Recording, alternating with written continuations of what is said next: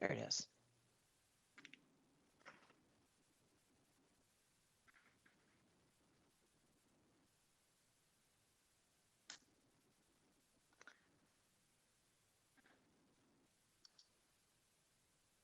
Erica, your glasses look like sunglasses with the reflection. It's kind of amazing.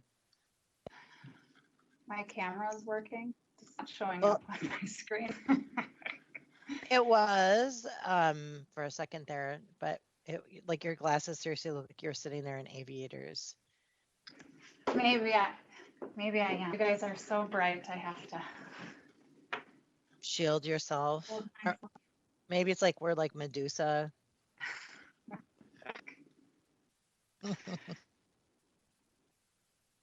And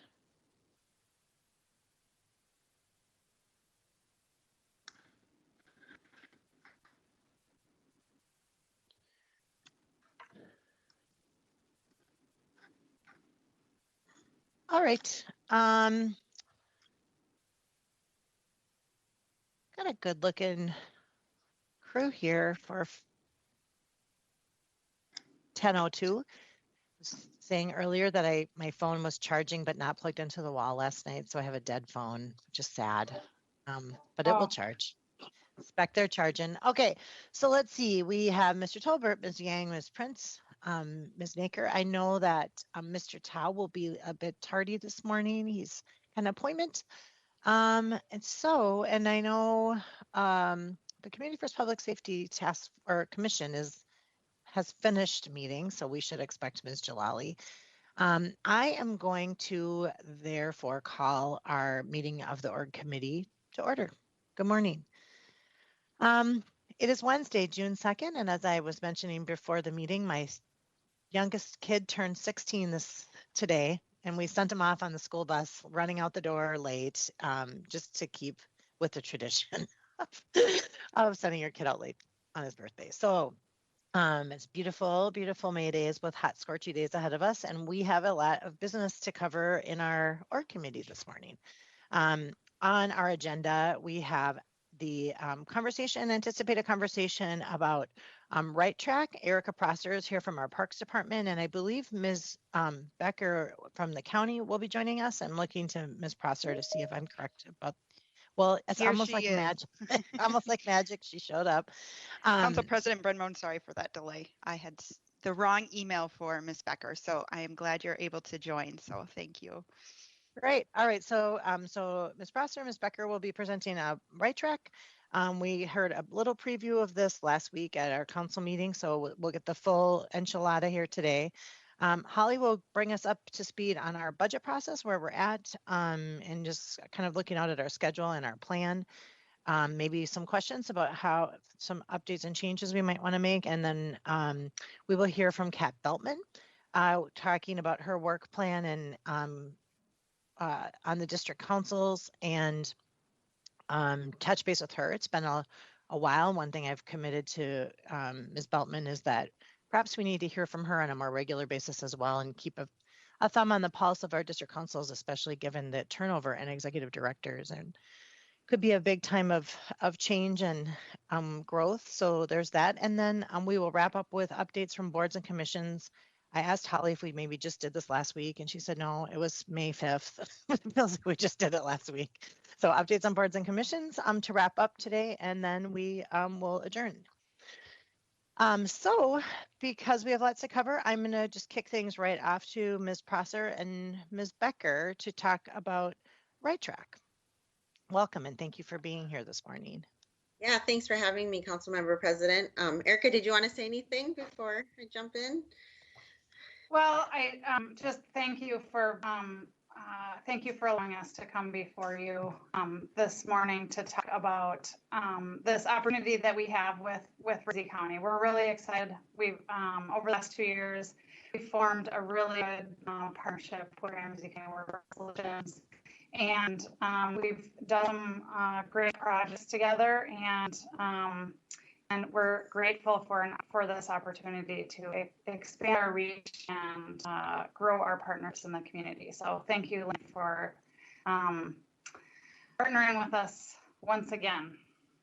Yeah, well, I was going to say a lot of the same intro. I mean, I think we are at a really exciting time in our city-county partnership when it comes to workforce. I'm intersecting with more and more of your staff and your departments, and I'm actually coming back later this month to talk, kind of with our annual update for you all too. So you'll get to see me again very soon. But I have a very short presentation, but I'm going to go kind of fast through the first few slides just so you have the background, but we want to spend the bulk of the time on the kind of the meat of the Right Track Plus program that is being proposed.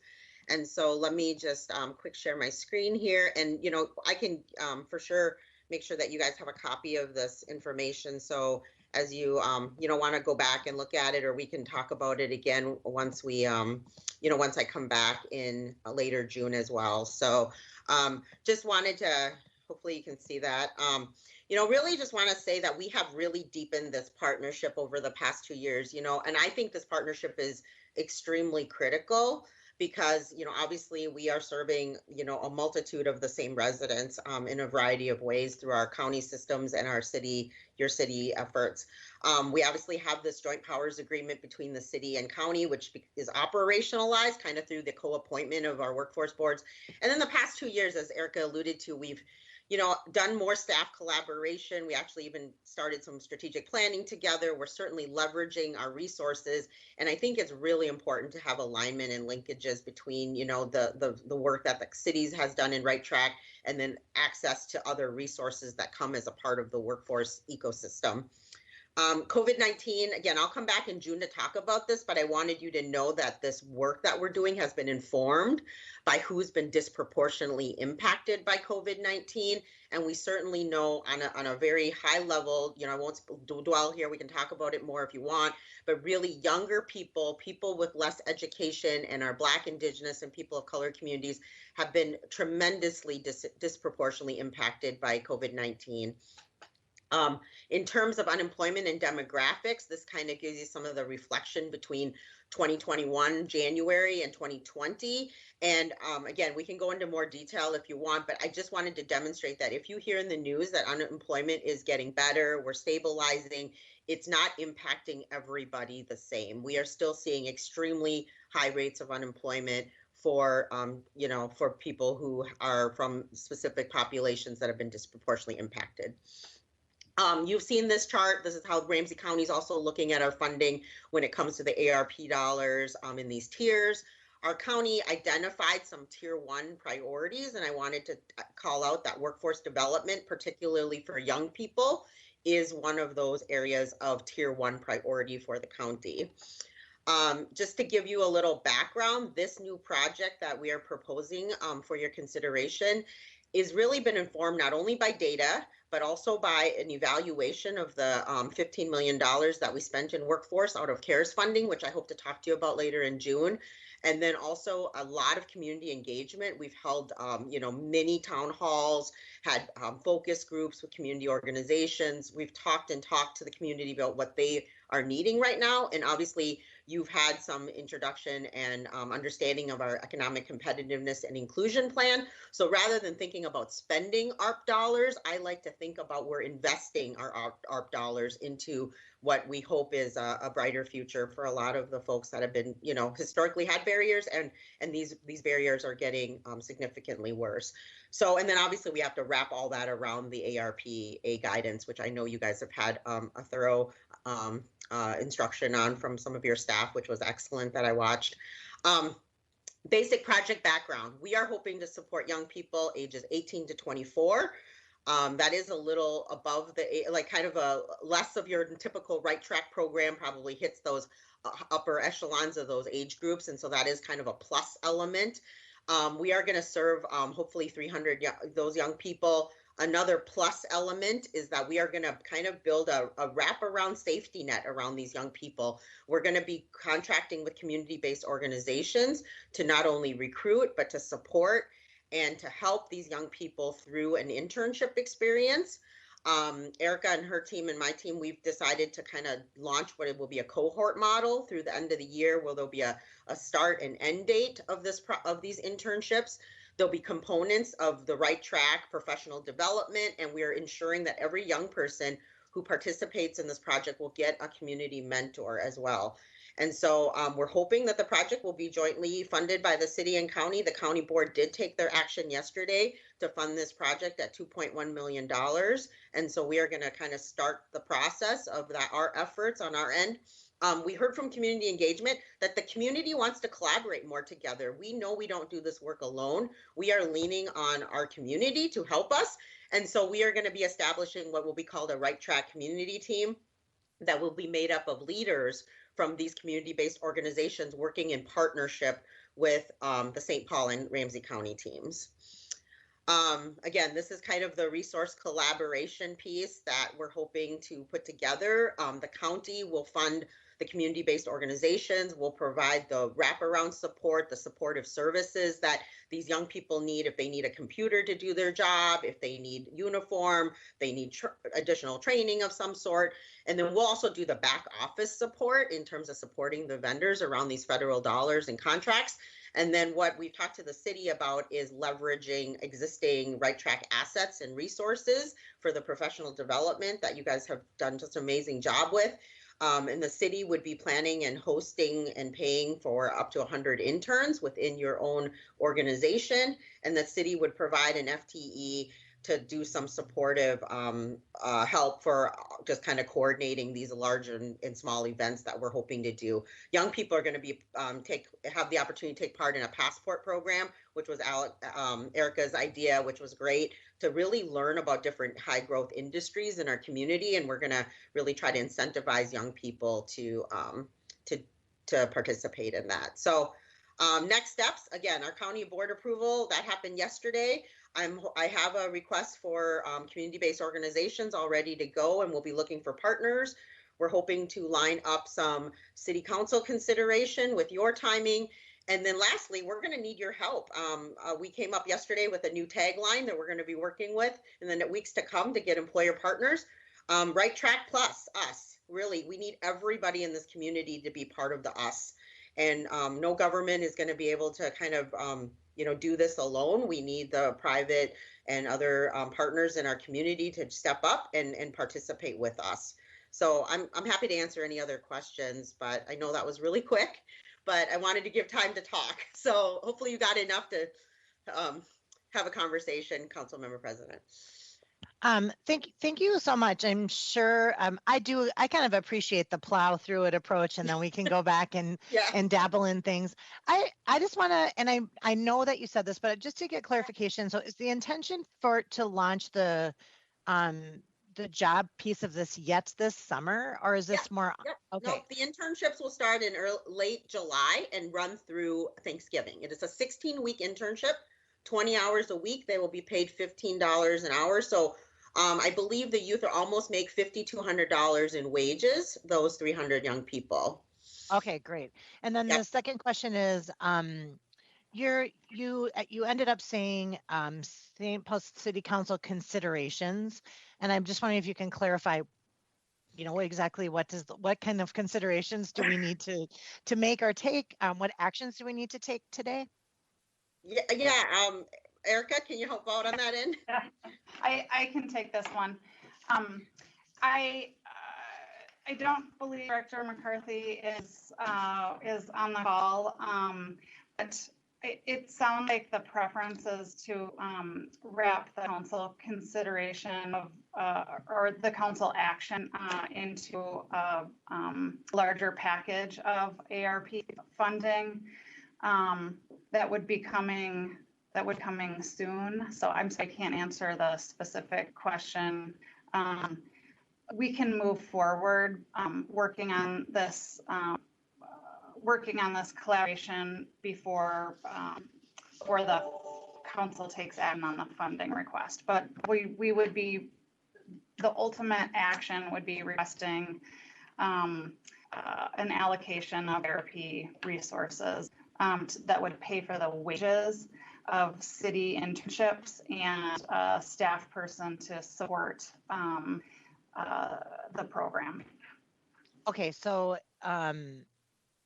we can move forward with Ramsey County. Obviously, Ramsey County is in St. Paul and the suburban counties, but you're saying that there will come a proposal to the council for additional funding to cover more positions and it sounds like a support position to back it up. Do you have any idea what that dollar amount may look like, even a ballpark?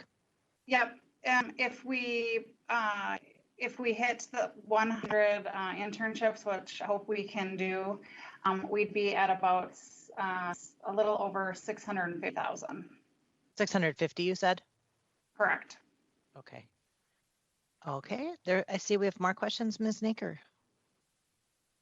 Thanks, Council President. I think I have one question for each of you. Thank you so much for this presentation, and I'm really supportive of this idea to help our young people get connected. I think, Ms. Prosser, I'm curious if you can speak about how this will align with or impact our other Right Track programming, and specifically our capacity to run that program plus this program. Just want to make sure to hear how you're thinking about that. And then, Ms. Becker, could you talk a bit about the phase 2 workforce connection? I'm curious. I know we're all really interested in seeing these one-time dollars not have tails, but ideally make an investment, as you said, that has a long-term impact. So it would be great to hear more about how these young people are then going to be connected to something more long-term than these short-term dollars. Thank you for the question, Councilmember Naker. That is why we're asking, in addition to the salary, to the wage, to the wages for the youth, for a staff person to support the program. We don't have, this is obviously the busiest time of year for Right Track, so we don't have the capacity within our existing staff to manage the partnership and the internal program piece for city internships. Yeah, and then I can take your question around the phase 2. You know, I'll be honest that it's a challenge trying to think of how we are going to balance our partnerships between all the different players that are getting money, right? There's state, there's the city, there's the county, there's the school district. And so I think we have to be really thoughtful, and it's a lot of work to be able to kind of navigate like how we can put our best thing that we do forward, our best resources that make the most alignment. And I think this is the next phase that I have in my mind of investment into our residents when it comes to workforce development. We'll take a broader conversation of the city and county, right? Like I don't have our county board at that point yet either, and of truly understanding like what their commitments are going to be. And so that, but what we would like to see is that the young people that are seated here will be able to have a chance to take that experience and have additional investment put into them into the next step of their career pathway. And this is a first stop for them as we try to identify young people who are most impacted this summer. And I will introduce you to a very key term in youth workforce development, which is scarring. You know, these types of very traumatic events really scar young people. They hold them back for future wages. They hold them back on mental health issues, on just like a whole array. I could give you a whole list. It's a laundry list of things that impact their future economic like potential, basically. And those quicker we sort of at least continue to connect them, we will sort of hopefully connect them to positive supports. And then we have to figure out what we're going to do next. And those are policy decisions that we're going to have to invest in and have a conversation collaboratively about the roles of the different entities who've received ARP dollars to figure out how we're going to leverage that collectively, if that makes sense. But I saw last year's CARES funding as relief. It literally was just to get money so that people could survive. Now we are starting to move into what I feel as investments. We've been a little more strategic, I would say, in the next steps of this project to say we care about career pathways. We care about a specific group of 18 to 24-year-olds who have like less support, I would say, than those that are in school environments, and try to get a little further along on really honing in on who's being impacted and how to move them forward. But yes, I do envision a next phase that would be, how do we help you enter a strata of the economy that you didn't have the ability to access before? How do we invest in you as a person, as an asset in our community? And those are conversations that I hope you guys will want to engage in as well. Thank you. Ms. Prince.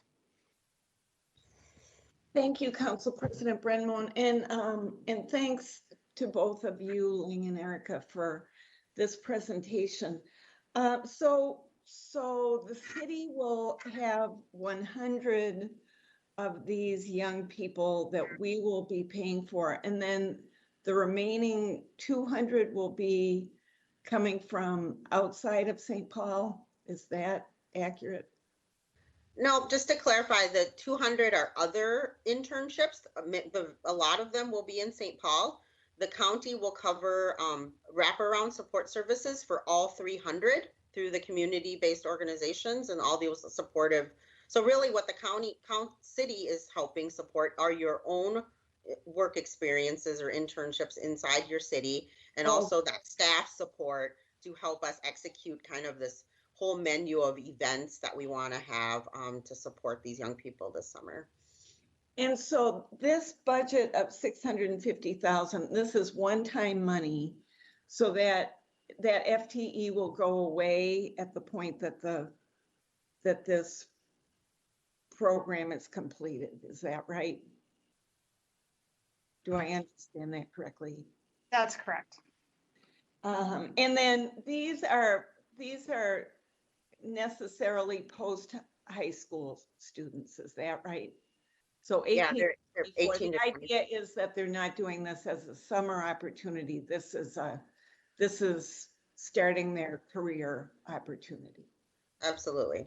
Okay, great. Thank you. And these internships, Ms. Prosser, are we talking about internships that are aligned with our like labor work, like the painters, the skilled trades, et cetera? Or because a lot of times I think about my Right Track intern, which helps out in our office with community engagement and communication and outreach. But we're talking about like labor training work. Is that, and that will also culminate in some catching up on our backlog of maintenance and infrastructure work that we have to do. I think that's correct, but I'm just looking to Ms. Becker and Ms. Prosser for a yes or no, or maybe. Yes, and I think some of the internships that we've fleshed out a little bit more with HR liaisons from other departments are more of the trades and labor positions. But we also want our departments to be creative and think about what opportunities they have for hiring coming up, and so, for example, Director McCarthy suggested that he may like an intern that would help on fleet services. So we can be creative, but I think the bulk of them will be more trade and labor type jobs. Mr. Tolbert. Yeah, I want to thank Erica and Ling. I think this is a really good program and a needed program for a multitude of reasons in our community right now. One of the things I often have said about why Right Track is so special compared to other programs that are similar across the metro is our wraparound services. And obviously this would be a more extensive wraparound service, but I think it's really important.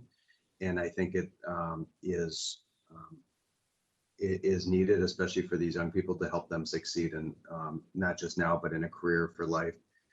So I'm really supportive of this. I also want to thank Director Becker, particularly because our partnership with not only this, but across the board has just been fantastic. And I'm really grateful for that. It's come a long way in my time on the council, and your leadership is the reason we have this partnership. So I'm really grateful for that. We should be working together for the same mission, and rather than siloed. And I really appreciate that. It's starting to go into other fields, as I'm sure people know. Well, my colleagues know, and Ms. Becker also knows, but we're working with their HRA now on housing and things like that. So the partnership between the city and county, I think this is another important step. And in this case, I particularly like it because the county is bringing quite a bit of money to this program, and that's we always like partners who can bring additional resources, especially at the level that this is proposing. For our stuff, I'm very supportive of this and I will vote for it when it comes forward. And I think we need to move on it quickly because we want to get these young folks hired up now and we want this to get it off the ground, which I love the urgency. Let's work. But I think in terms of our processes, and I don't, since Director McCarthy is not on, he might be able to answer this later, but I do think we will need a council action before we start allocating money from a parks program from our ARP dollars. And so I would hope that that allocation comes before the council before you get too far along in spending that money, because I don't think setting that precedent would be right at this point. But I thought we'd get it in the next week or so before the council. So I would like to hear an answer from OFS. If Director McCarthy is listening to this right now, maybe he can sign into the meeting. I don't see him on the chat. Otherwise, an answer to the council, I think, would be appropriate, considering we know that this is a rush program and we will be allocating city dollars that have not passed the council at this point. Yeah, thank you, Councilmember Tolbert. I will just say that this was our first county approved ARP project because of the urgency. The county has not approved any other projects to date. We accepted the funds yesterday. We had to do an action to accept those federal dollars, and then immediately preceding that acceptance, this project came before the board and they voted unanimously to support it. We have our procurement process working in simultaneous, like it's kind of amazing, but we pulled it off. So today we hope to work with, start getting the word out to those community contractors, because all this stuff takes a couple weeks, right? It takes a couple weeks to get them to write proposals. It takes a week for us to take a look at them, get everybody on board. I mean, we will be lucky to start in our time frame, and we aim to do so. And then we need to work on that employer piece, and hope you will help us connect to those employers as well during a time where, employers say they want to do more. I mean, here's a very tangible example where they can join us, and I think it's a safety net wraparound support for these young people. And if they can provide that experience, I talked to a Black cultural elder yesterday who said to me, I appreciate that you are trying to put young people on a pathway to a career instead of a pathway to the criminal justice system.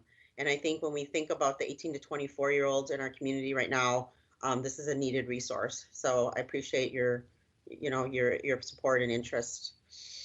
Yeah, and just to be clear, the county has done this in the proper order of operation in terms of passing and spending the money. I just want to make sure that we also follow that example. Thank you. Yeah, and I appreciate that clarification, and I might look to Ms. Prosser for a bit of a timeline on that. I think this is like, when we work in this partnership, we a lot of times talk about like, when is the right time to get a report? How do you get it at the right time so that you're not in front of the county and saying that we've approved this before we've approved it, but then, then we're a little bit behind the curve in that information. So I think if the intention is to come back, to give us this presentation, to let us know what you're pitching, and then to bring this forward at our next council meeting for a vote, that would be helpful to know. Or if you're looking at, a 2-week timeline. But what I thought I heard Ms. Prosser say in the beginning, or in the initial response, was that that there was a city side of this that would have a budget ask, and that would be coming before the council for a vote. That's correct. And we are ready to go. If that's the next meeting, we can do so. I have been relying on Director McCarthy for the timeline piece of it. Okay. All right. Well, and it sounds like there's some urgency around timing here, given that it's June 2nd, and we're trying to launch this, at least a part of the program. I think that actually getting 300 people hired in a month is very ambitious. So the sooner we can jump on board and help out, I think that's great. But with today, end of day is deadline for register items, as I'm sure everyone is aware. So if that is going to come forward, it should get in our system today, and rounds with the council members would be appropriate this week. Ms. Yang. Thanks, Council President. Just wanted to express my full support for this, and say that like if there's anything that we all can support you in terms of like recruitment too, like reach out to us, because we know our communities and we have lots of connections and networks as well. Yep, absolutely. We'll really lean on that in the days ahead here to get those work experience, those internships, and thank you so much. Are there other questions, thoughts, feedback I know it looks like there's a lot of enthusiasm for this, and especially just the vision and the leadership around picking up, making this plan and driving it forward. So we appreciate that very much. The devil's always in the details, but I think you just heard Ms. Yang say we're here to help and support that work. So do lean in to us as well. And we'll look for an item in Legistar hopefully sooner than later. And again, probably worth just checking in with council members and making sure if they have questions that they are answered before we vote next week. Thank you. All right, fantastic. you. Thank you so much. We appreciate your being here this morning. Yeah, thank you.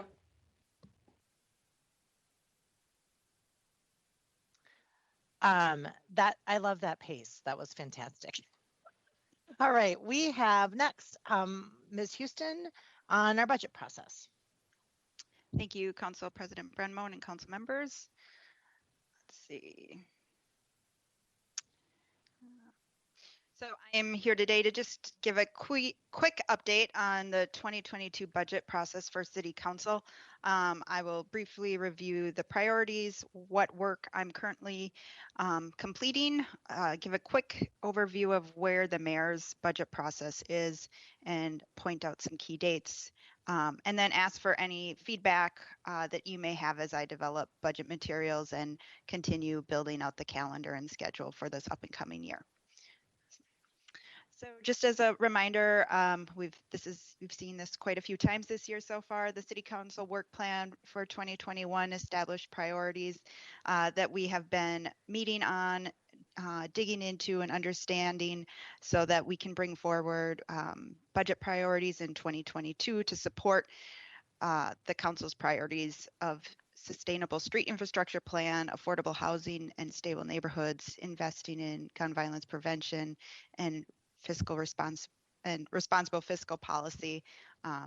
We had the partnership with the Port Authority to establish an Emerald Ash Borer plan to take care of that program. Just to talk about the 2022 budget priorities and where I am currently at, I've completed meetings with all of the council members to have that initial meeting of what priorities do you have in the 22 budget. We've talked about things we want to see continued to be invested in, as well as new potential programs, and as well as what the ARP or the ARPA, the American Rescue Plan Act funding could be invested in the future. I will be drafting the City Council 22 budget priorities and complete that draft for your internal review by June 3rd, which is which is Thursday, tomorrow. Then if you could quickly review that memo and provide any feedback, maybe this is a tight timeline. My goal is to get that to the mayor's office next week. This is the mayor's 22 budget timeline. This is shared internally with departments, and I just wanted to point out as they're working through their budget process that they are holding community budget input events on June 15th, 17th, 19th, and 22nd. And then this is my 2022 budget timeline that I'm working on. So last week, the City Council accepted our American Rescue Plan Act funds through council resolution. Next week, I will be sending the City Council's budget priorities to the mayor. We have the Office of Financial Services scheduled on June 16th at this time frame, at the 10 a.m. organizational committee meeting time frame, to give City Council members an update on mid-year. And as you remember, last year, as we adopted the City Council, or as we adopted the budget, there was 2 contingency items to increase funding for parks and libraries. And at this meeting, we will discuss what our revenue projections are currently and if that contingency funding can be released and invested into those departments. June 19th is my internal date just to draft council budget process and materials and get them to council members for feedback. July 7th, I'd like feedback on I'd like your feedback on the materials sent June 18th. And then I would be sending out materials to departments and scheduling meetings for the August through December at the end of July. And then as we will wait for the mayor's proposed budget in mid-August. Ms. Naker. Thanks, Council President. Ms. Houston, just going back to the parentheses under June 18th, you mentioned ARP investments there, and I know we've been really clear that we want to see ARP separate from the base budget. Is that still your understanding, and have you thought at all about how ARP dollars will be handled in the budget process? Council President Brenman, Council Member Naker, as part of the memo that I'm drafting to the mayor's office, I'm including the priorities that I heard from the council members, which were to keep the ARP funding separate from the budget process. And I believe as we develop our materials, we can create our documents so that we're taking a look at what our 2022 base budget is and build onto that incrementally if there's additional funding investments within the budget to try to pull that out. Thank you. So I'll open up the floor for any questions and any suggestions. So as we develop the city's budget process for 2022, are there any suggestions that I should incorporate, lessons learned from last year, materials that were helpful, not helpful, that you'd like to see that you didn't see? Any feedback on the calendar, the scheduling and timing and format of meetings? So I'll just open it up. Any suggestions to improve community engagement or other? So Ms. Houston, just before we jump into questions, I want to thank you so much for this presentation today here and for continuing to manage and move this process forward. This feels really tight. I feel like we're really in front of the curve this year and ready to go in a very, very unusual year. So thank you so much for your leadership and work. Also, just huge thank you to my colleagues in our virtual walk around with council members.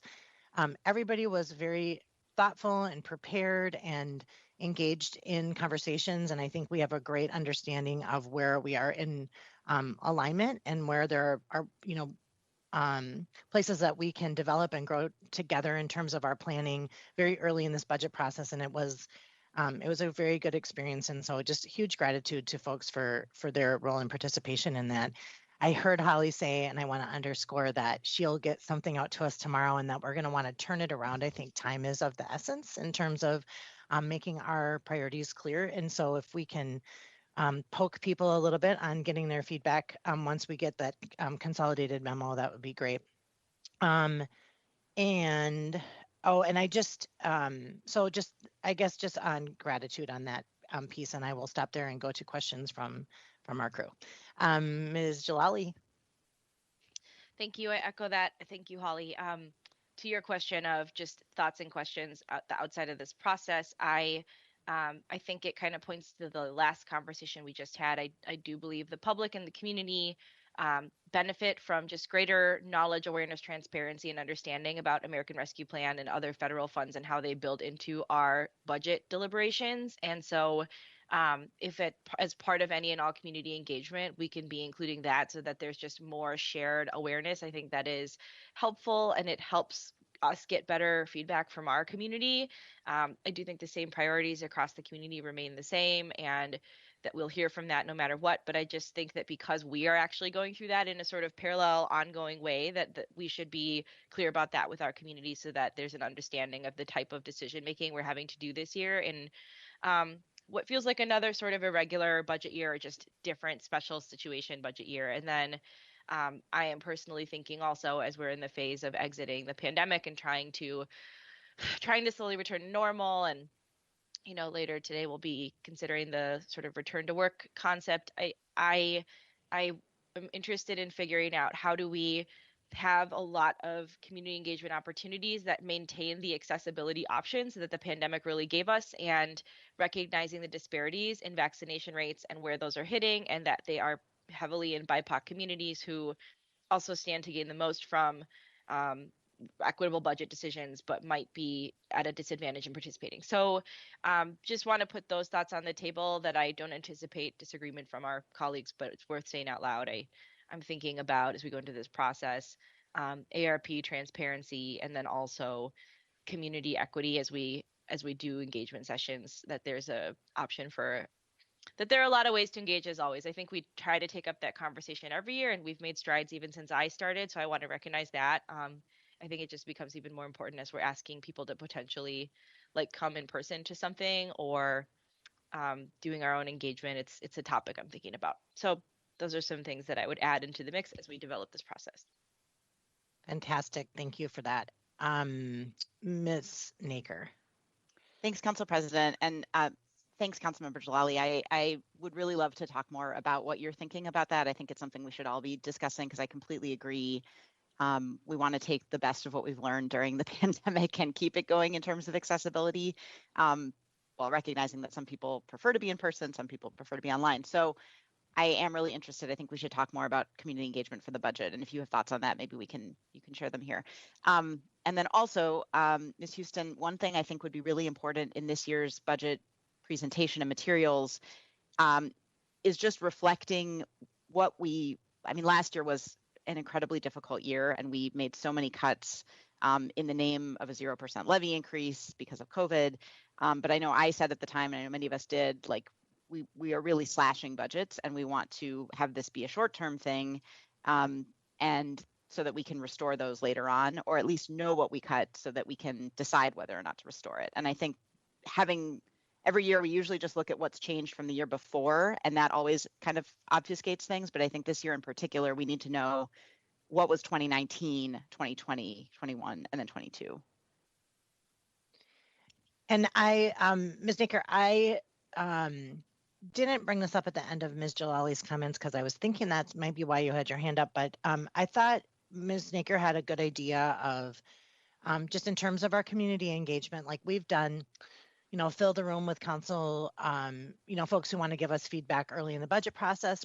We had a plan last year that we were going to actually break it into wards. Ms. Naker suggested perhaps we break it into topics instead of trying to break it out by wards, because we definitely know that there's some wards that are going to tend to have more people turn out for meetings and engagement and others that will have less. But I think that there are topics like housing and public safety and infrastructure that have advocates and interest groups around them and areas of expertise and folks who are very engaged and interested in those. And so maybe rather than try to do a, kind of a cornucopia of conversations, to have like 3 focused conversations on, and it could be like,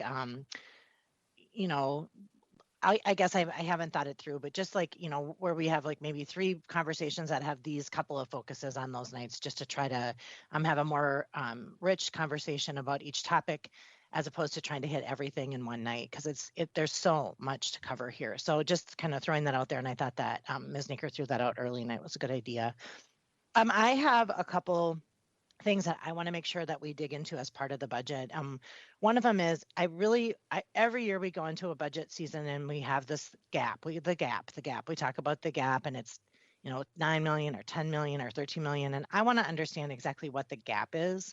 I don't accept that we just have a $13 million deficit every year when we start. And I really want to understand how much of our gap this year is because of COVID, how much of it is because of salary increases, and especially because we held back last year, and just to really break down what that gap is. And just so that I think this is in the ongoing kind of efforts to recognize that we are always going to need to raise our levy, or at least expand our taxing ability a bit to cover our increasing costs as there's interest. I'm sorry, just the cost of living or and increase in, that we come across every year, and like how can we cover that cost, and what is actually in that gap? So I'm just I wrote my note just says understanding the gap. So being clear about that. The other thing I want to understand is the expansion of our tax base. We are always voting on a levy increase, but in addition to all the policy and work and efforts we're doing here, we have been working hard to expand our tax base. We've added tons of housing, we've added tons of businesses, just been a lot of building and growth in our city.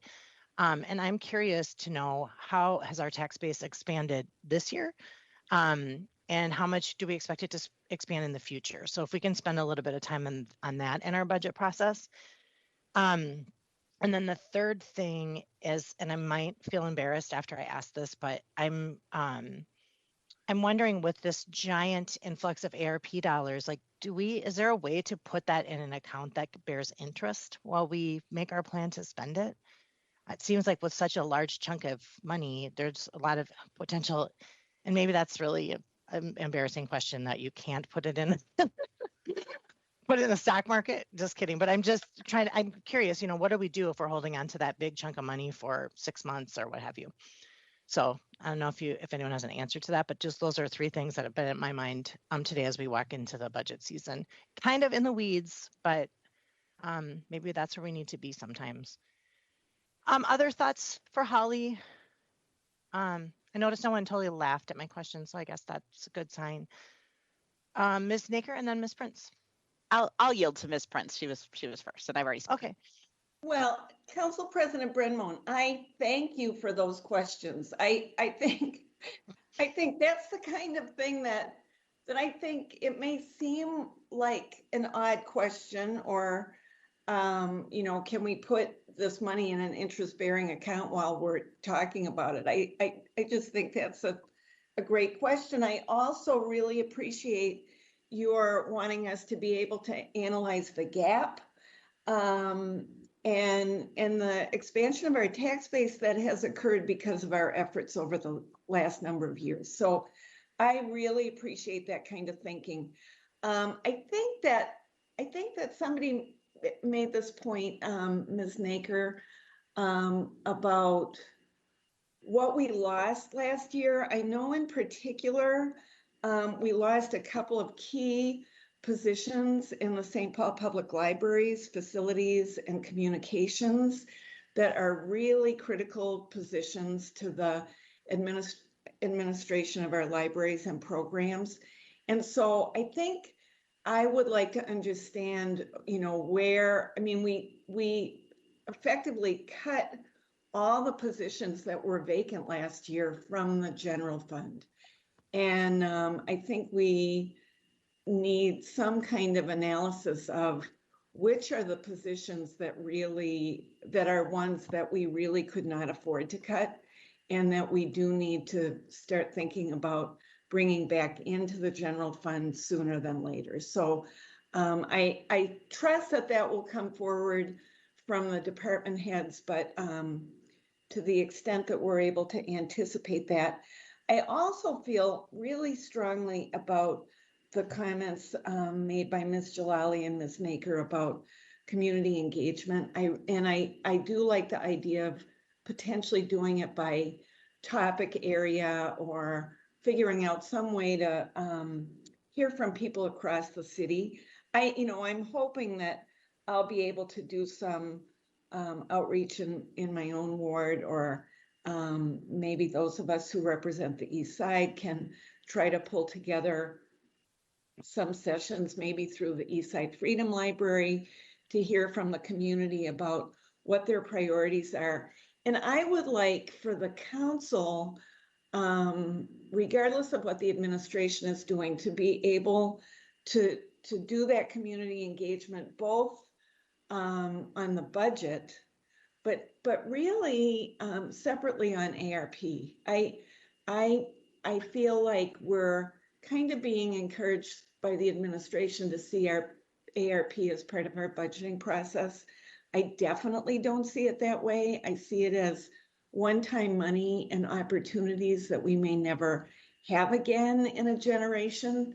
And I think the community is going to be inclined to have opinions about that.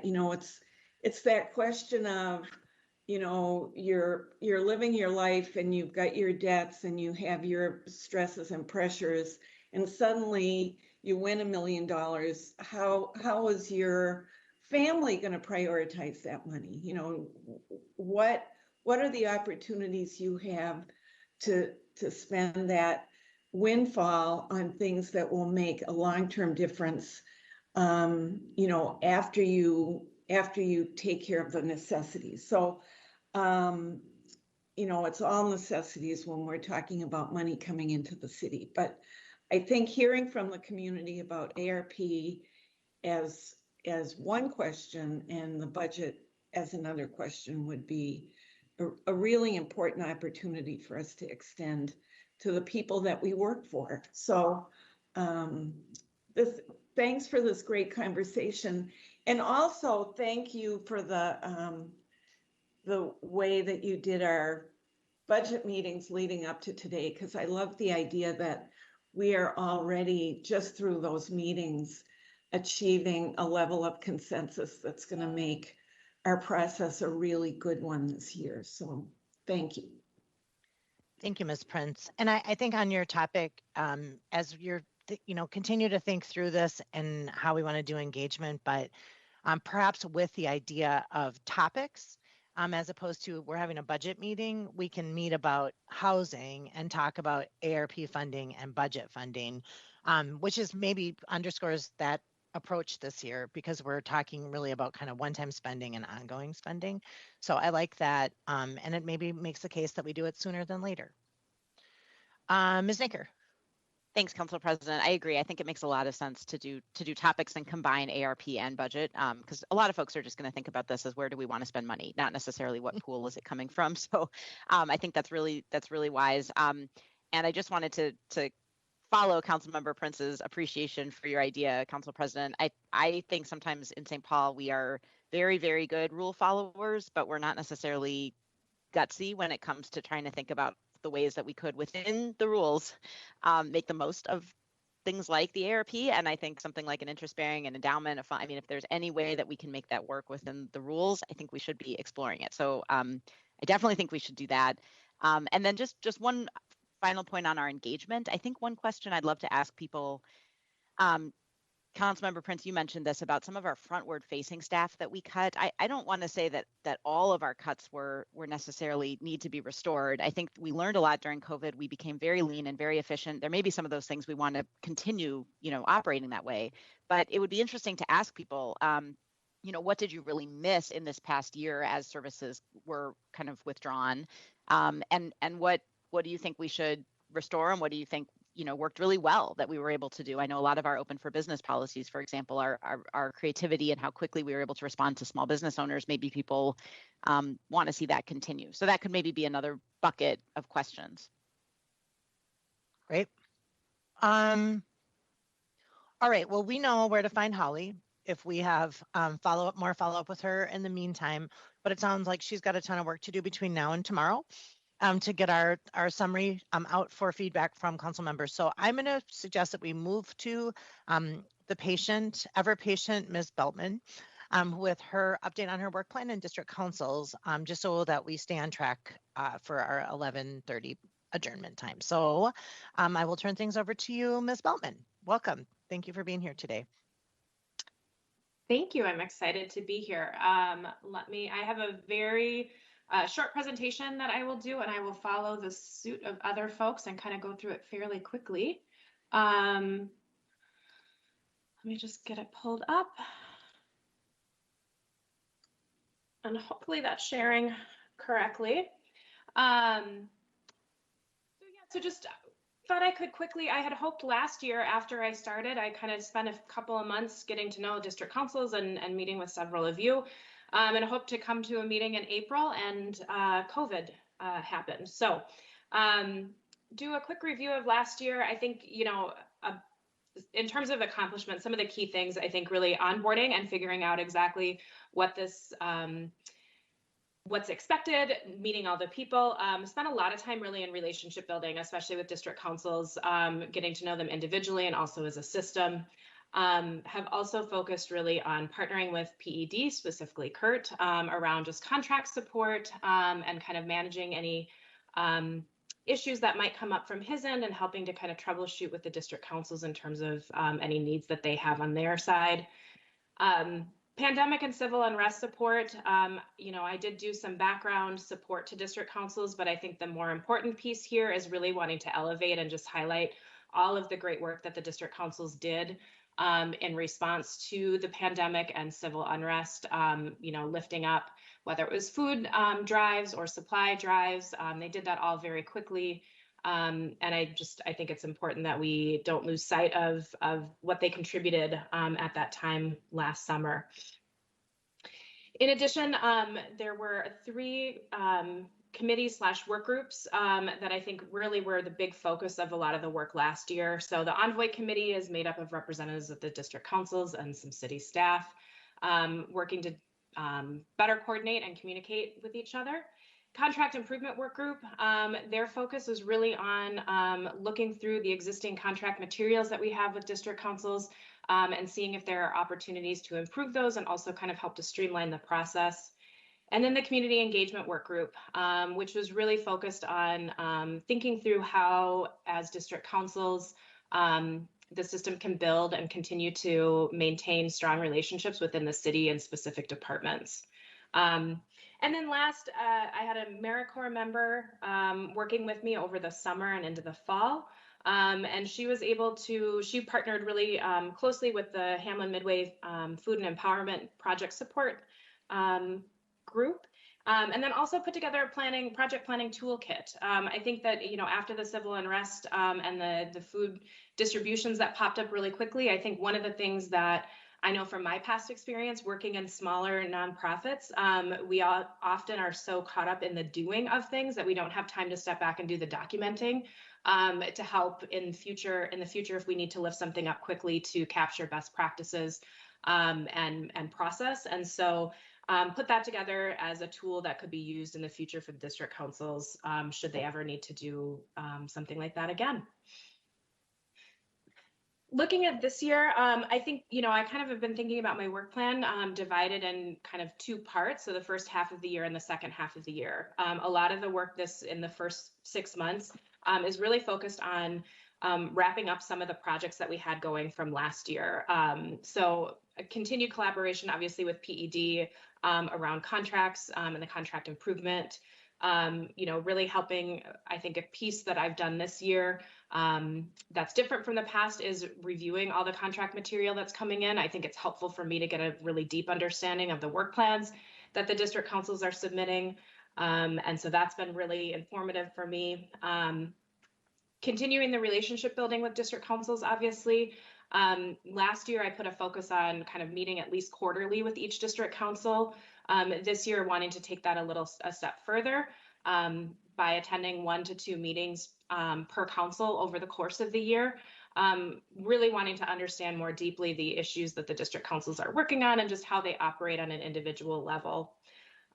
Developing trainings for the district councils is another big thing that I'm working on, wrapping up kind of some initial trainings right now, but then working to build out a more robust training schedule and calendar for them on an annual basis.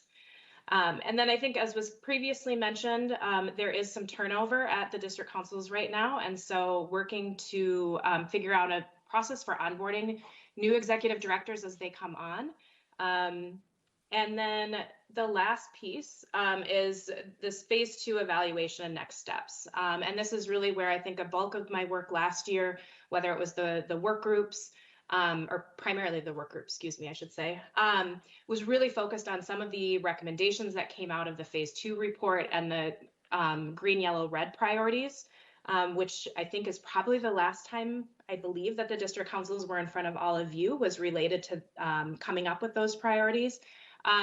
We've made some really good progress in terms of tackling those items. And so I think as we start to look towards the last half of the year, are considering what might new priorities look like, or are there things that we haven't done gone as deeply as we might like to. And so, so you'll see, I'll answer questions on it if you have it, but I think you kind of can see where the work stands. The big pieces are still the contract improvement piece, which we're poised to get feedback on the recommended changes internally so that we can have that wrapped up and ready to go for 2022. And then I think just ongoing work will be the community engagement group that really focused on that relationship building within the city. And that's it. Let's see if I can get back here now. So that's what I have, and I'm happy to answer any questions or feedback that you all might have. I think you're on mute, Council President. Sorry, thank you. Ms. Bultman, thank you for the update. And as I mentioned in the beginning of the meeting, I think it would be helpful to have a more regular update from you, just because you are the person who has got a finger on the pulse of kind of all of the district councils. We just see a window into the ones that our wards represent for the most part. And I know something that I don't know if I want to say I missed, but something that I always thought was neat was when we went to the annual awards event and kind of got an idea of like all the incredible things that were happening across the city. And while I don't know about the future of that event, I do know that it is nice to have an opportunity to get an understanding of what's going on across the city, as well as how we're, more strategically on our work plan as well. So I just want to lead with that. I think it is important that we make time for that. I've mentioned a lot of times that I think your job in some ways is very insular, or like that it's very isolated, because your peers are really the district councils and you're in the council offices, and then we've been apart. So I'd really like to make a commitment to you that we work on a more regular update and check in, because it's so important, especially given all the engagement opportunities that are in front of us. So just leading with that, I see Ms. Naker, then Ms. Jalali, then Ms. Prince. Thanks, Council President. Thanks so much, Ms. Beltman. This is really, really great to hear. I have, I think, two questions. One is, last time we saw the district council EDs presenting to us with the green, yellow, red work plan that you were talking about, there was certainly a lot of dissatisfaction, I think, on the part of the district councils with the city and with our agreements and our mutual understanding. And I know that the work plan was intended to rectify that. Can you just kind of anecdotally describe how the feeling is now?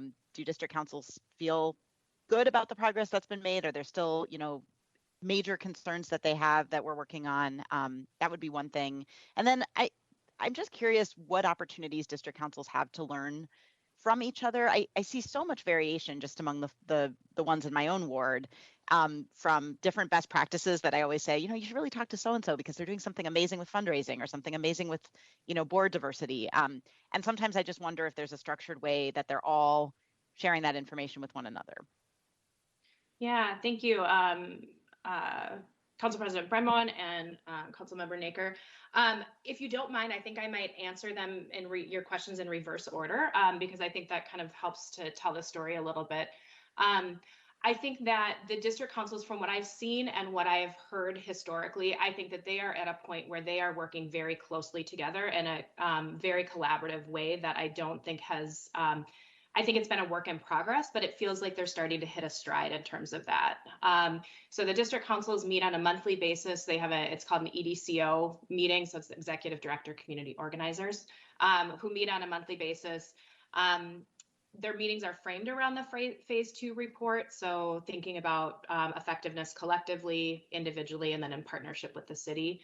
And so they do that best practice sharing. I also will, if somebody, whether it's a district council, if they have a question on something that then I can share out with other people, or they come to me and say, I'm really struggling with this. And we come up with a solution. One thing that came up recently was online meeting practices. So there are some district councils that have put in place some new policies and helping to kind of share that out, but then also I've been providing additional resources to them to help on that. So I do think that they have some really good mechanisms that they are utilizing on their own to work together as more of a system and collaborate on those things. A part of that too then is, I think, rolls up into some of the work groups that we had last year. So the Envoy Committee, for example, with the representation from district councils, and meeting with, towards the end of last year, we met with different departments that they work closely with to start figuring out how we can build a kind of better, more collaborative relationship. I think from my perspective, and I don't want to speak too much on behalf of the councils, I think that there have been some really good strides made in relationship building and working to rectify some of the areas of frustration that have existed. I think that there is still more work to do on that end. But it's a very complex, you know, as everybody's aware, it's a very complex system that we're operating in. And so I think what I have tried to, and I think just generally how I approach my work kind of across the board is really try to focus on the relationship building side of things, because I feel like once we're in relationship with each other and we feel like we can pick up the phone, that's when we're able to start tackling some of these bigger, more complex challenges. And I think that we've made some really good strides in starting to do that. But I think that there are frustrations do still exist.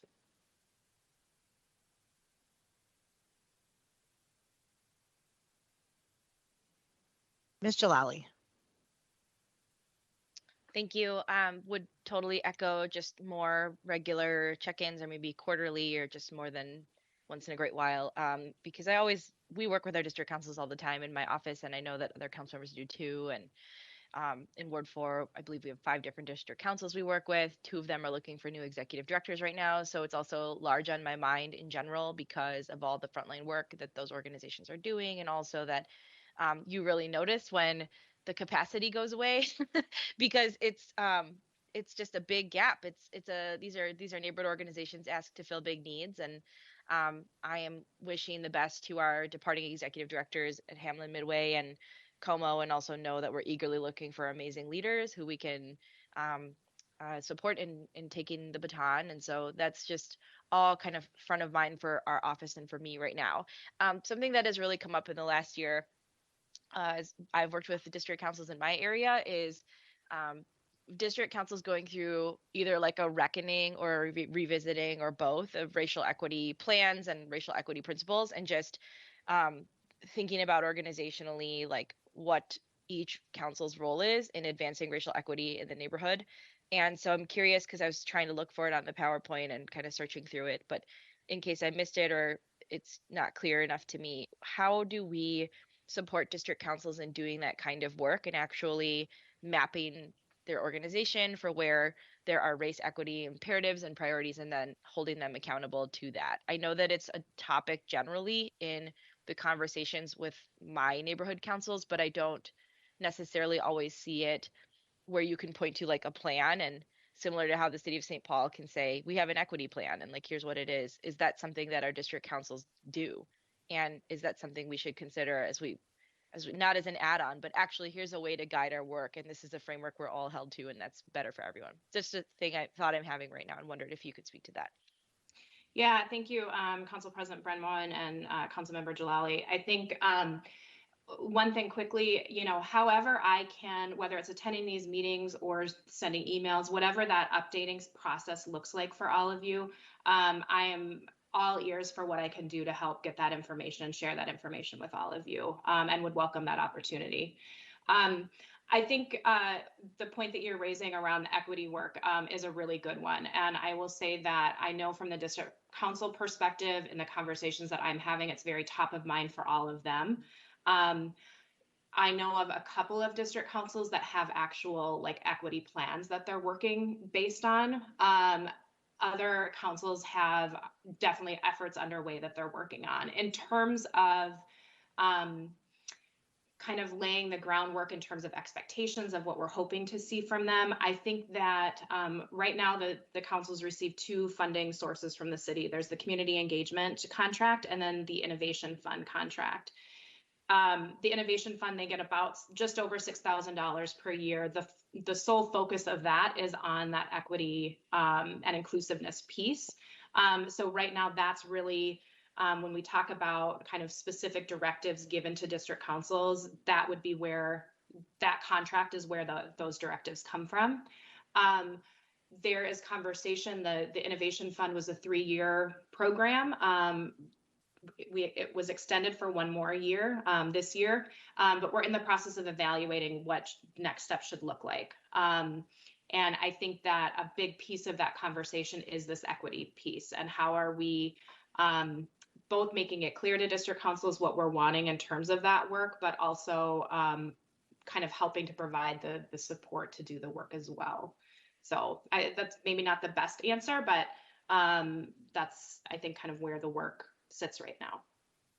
No, it's really helpful to hear that. And I see the need for like a more coordinated conversation and something that's more built in. I think that it's always important to like welcome a grassroots conversation and when it bubbles up. And sometimes the temptation with that is, well, we'll just kind of let people drive it. But I also feel like there would be value in us setting more direction in that way and not prescribing like here's what you all need to be doing, but just asking for, in the same way we kind of ask for like engagement accountability, that we sort of think of racial equity work as an overlay of that and lay out what our general expectations are. So it was just something I've been thinking about.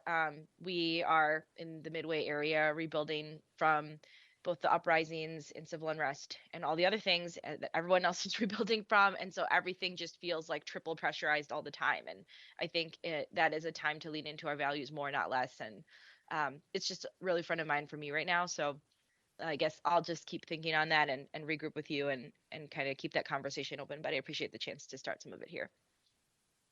Thank you. Ms. Prince. Thank you. And to echo my colleagues, I definitely would like to hear from Ms. Beltman more frequently, because for all the reasons stated, it's something that I never want us to take for granted, is the fact that we have 17 contiguous planning districts that are represented by elected councils, and it's never perfect, and there's a lot of inconsistency across the city, but the fact that we have that infrastructure is just so incredibly valuable. And that you, Ms. Beltman, are in touch with all of them, that they're meeting monthly, that's really good to know.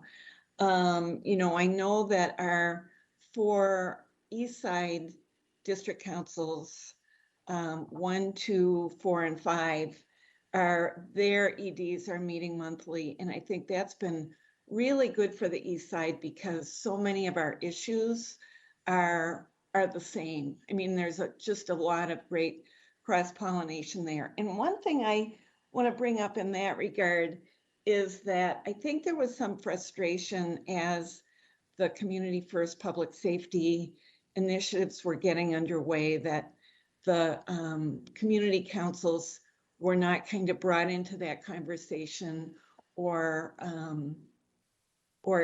given kind of regular updates or a role in that process. And so one thing I would like us to think about as we are considering the Office of Neighborhood Safety is a way that our district councils are made a critical part of that effort. I mean, to be able to carry out the communications for that effort, to make direct connections, whether or not we have community organizers who are involved in public safety work. I think we have a real opportunity to immediately expand the reach of our efforts for the Office of Neighborhood Safety by working in concert with our district council. So I'll just throw that idea out there. I think that the timing is perfect for that consideration as we explore more deeply the conversation around Office of Neighborhood Safety. So thank you for bringing that up today. Do we have other thoughts or feedback here for Ms. Beltman this morning? It looks like we do not, but there's a commitment here. I think you've heard that we need to make sure that you're on our calendar more often. Ms. Beltman. Yeah, thank you, Council President Brendmo. And I think just to follow up Councilmember Prince, and I guess maybe just leave you all with parting thoughts. I think that the district councils really are at a point where we've done a lot of, and they've done a lot of great work to address the priorities that were outlined in that green, yellow, red sheet, and that most of that work is really coming to a close. And I think that something that I've been talking with them a lot about is sitting down to do an evaluation and start to think about what next steps look like and what do we want for, the next couple of years, the focus to be.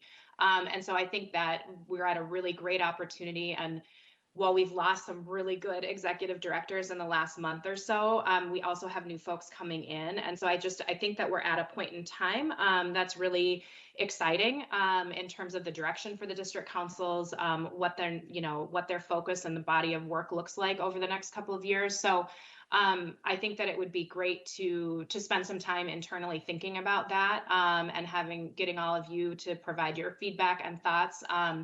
Because I think that again, there's been some great work that's happened over the last couple of years, but I think that they're really poised and we're poised as a system to move forward and really do some heavier, broader work. So thank you very much for the opportunity to be here. I appreciate it. It's nice to see everybody's faces and hopefully we'll be together again soon. Thanks. I know it's weird. We're starting to say it's nice to see you. Even though we're just looking at each other through a screen, but it's wonderful to see you here today. And thanks for the report. We appreciate it very much. Okay. We have one more item on our agenda, and that is commissions and boards and committees. If folks, as I was saying earlier, it feels like we just did this, but I think that's part of the our effort to do a regular check-in on these items is just keeping each other in the loop. I was telling Ms. Yang sort of the source of this was that we were all serving on different committees and commissions and we didn't know what was going on in those committees or commissions or how our council colleagues were representing the city on those commissions. And so it was an opportunity to share updates and also get feedback in terms of questions that are surfacing around particular boards and commissions that we're on. So I am going to go straight to Ms. Yang, who has a hand up. Thanks. I just have my hand out because I'm ready to share. Do it. Let's go. Okay. So I'll just focus first off on the Hillcrest golf course and share with you all that we, as you all know, like we have this summer, we are spending a lot of our time doing public engagement out in the community. We just completed 2 of them, which went really great. And just a really important focus that we have is always making sure that, one, we're really reaching out to people who live really close to the Hillcrest golf course, and also making sure that representation within those engagements reflect the east side. And I'm working directly with our district councils, the port, and city staff to put together these engagement series. And so we have more to come. And if you all are interested, we would love to have you join us. The other thing I wanted to share too is I sit on the Ramsey County League of Cities board, and I didn't have, I noticed like sometimes when we jump onto boards, we don't often have like a transition meeting at all about, hey, this was like what was done in the past from the council member who represented us. And so if any of you did sit on that board, I would love to connect with you to learn more about some of the work that you did or things that you all talked about so that we can continue bringing to the table what's important to the St. Paul City Council, knowing that that's like a much larger board where I meet like a lot of different elected officials who are from Ramsey County cities within Ramsey County. So those are the things I wanted to share, and again, would love direction and to hear more about like folks' interests in that Ramsey County League of Cities board specifically. Thank you, Ms. Yang. And just a thought on Hillcrest. If there comes a time in the future weeks or months where you think a report to the whole council would make sense, by all means do so. No, but being on the board doesn't mean that you have to be the expert that presents to us a full-scale presentation. But I think at a certain point, a check-in would probably be good on such a huge project like that. And so just a thought. Ms. Prince. Thank you. Thank you, Council President Brenmone. I wanted to update everybody on the reparations work. We yesterday met the 3 co-chairs of the committee, who will be Dr. Yohora Williams from St. Thomas, economic development consultant Veronica Burke, and Trarin Cruz, who's been really leading this effort. We met with them and Ms. Yang and Ms. Jalali's aide, Matt Pravratsky, and we selected a committee from the I believe 60 applications that we received. It will be a committee of 13, including the co-chairs, and we selected 4 alternates in the event that our initial 10 are not able to serve. So I will be sending that, or Ms. Mormon may have already sent it out, but I'll be sending that list to all of you and to have you give it a last once over and make sure you're fine with the decision we made on the committee that we have selected. And then we are moving forward to be able to seat the Legislative Advisory Committee in conjunction with Juneteenth later this month. The other news on my end is that I am on the Gold Line Commission, and I just want to update you that one of the city's commitments to the construction of the Gold Line is that we are responsible for paying for some of the sidewalk and lighting connections for that project. We have a $1.2 million commitment that we have made as a city. It's my understanding that that has not been recommended by the CIB committee.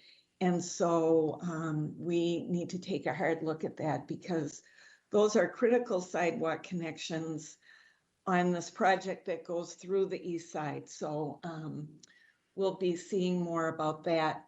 And also on that note, I do want you to know that I learned that the CIB committee is more than half vacant right now, that I believe we only have 8 members of the CIB committee that are meeting and making recommendations this round, and that is something that we really need to rectify. The pool of money for CIB this year is really small, and it is going to create some issues for us, like this one that we're facing on the Gold Line. Otherwise, the Ramsey County Dispatch Board met this month, and that is moving apace. I believe we have 1 or 2 vacancies on that commission that we are going to want to fill. And I think that's it for right now on my boards and commissions. All right, thank you for that, Ms. Prince. And I know that at least Ward 5 is somewhat responsible for some vacancies on CIB because one of our CIB members moved to Planning Commission, which is a great move for him, but it leaves a hole. And so I do know that as we're often reminded to share our recommendations for folks in that role. And it's a great I mean, as Ms. Prince said, it's a lot of money, a lot of responsibility, and a big player in terms of our community boards and commissions. My understanding is that they'll be adding folks back into the position at the end of this funding cycle. I think it's 28 days until the end of this funding cycle. So this is the right month to look at the website, see where there's holes and vacancies in your area, or even if it's not your area, if you happen to know somebody who lives in St. Paul, that would be a great fit for CIB who's interested in really understanding city processes. And as I just mentioned, it's a great stepping stone into other commissions in our city because it helps you understand our budget process and what our priorities are in the city. So that's a reach out to council members for helping form or helping shape what these boards, committees, and commissions look like with our recommendations to the mayor's office this month. Sounds like it's a crucial month to get that information out. Ms. Naker. Thanks, Council President. I just checked through my boards and committees, and I'm happy to be put on the spot for any of them, but I don't think any of them had any major accomplishments, a lot of meetings, just on general business and meetings to come, but nothing huge. But Council President, did you want me to share an update on tiny homes at this point? Oh, or- yeah. Okay. Yep. Thank you for that. Yeah, so thanks for the request. It's not an official board or committee, but I know many of us have been concerned and interested in the progress of Settled's work to create a tiny home demonstration project. I've been in touch with Ricardo Cervantes with the Department of Safety and Inspections and the City Attorney's Office. And as of last email, Travis Bistadu, the Deputy Director, is in touch with Anne Franz with Settled and is going to go and tour the demonstration that they currently have set up this next Friday at 1. So DSI and the Settled folks are in communication, and I think what we've expressed to them is that we really support the project, want to be able to use this as a test case to show what could work. But of course, we have to remain within our building safety codes, and I think DSI wants to really work with them to be as flexible as they can in that regard. So that is moving forward. And I apologize if I have said this at our or committee in the past, but on this topic, I know in my ward we had a very extremely energy efficient home that was being built on Lexington Avenue, and also likewise struggled with DSI because there just wasn't any regulations around such a high efficiency home. And so they were running into barriers that really were intended to keep the low, the problematic property issues from happening as opposed to the above and beyonds. And I think this is a similar case where there's just no precedent for this. And so we're really paving new territory and trying to figure out like what box it fits into. Is this an RV? Is this a home? Is this a treehouse? Is it, which is the category that this falls under? And sometimes I think we just have to keep pushing and saying, no, actually, this is a tiny home, or this is I know Mitra, you said you didn't care for that name, but I don't know if you propose an alternative. But this is what this is, and we need regulations around this as opposed to trying to fit it into a different box. And so I appreciate it was Ms. Yang who was looking for an update on that. And thank you, Ms. Nicker, for continuing to move that forward. I think it's helpful to have someone driving it. I know we're all being asked about it, but just I appreciate that update. And I think you're a great candidate for the bird dogging it and making sure it happens. So thank you for that. Okay, so look at us. It is the 11:27, and here we are at the end of our agenda. Is there any other boards and commission updates?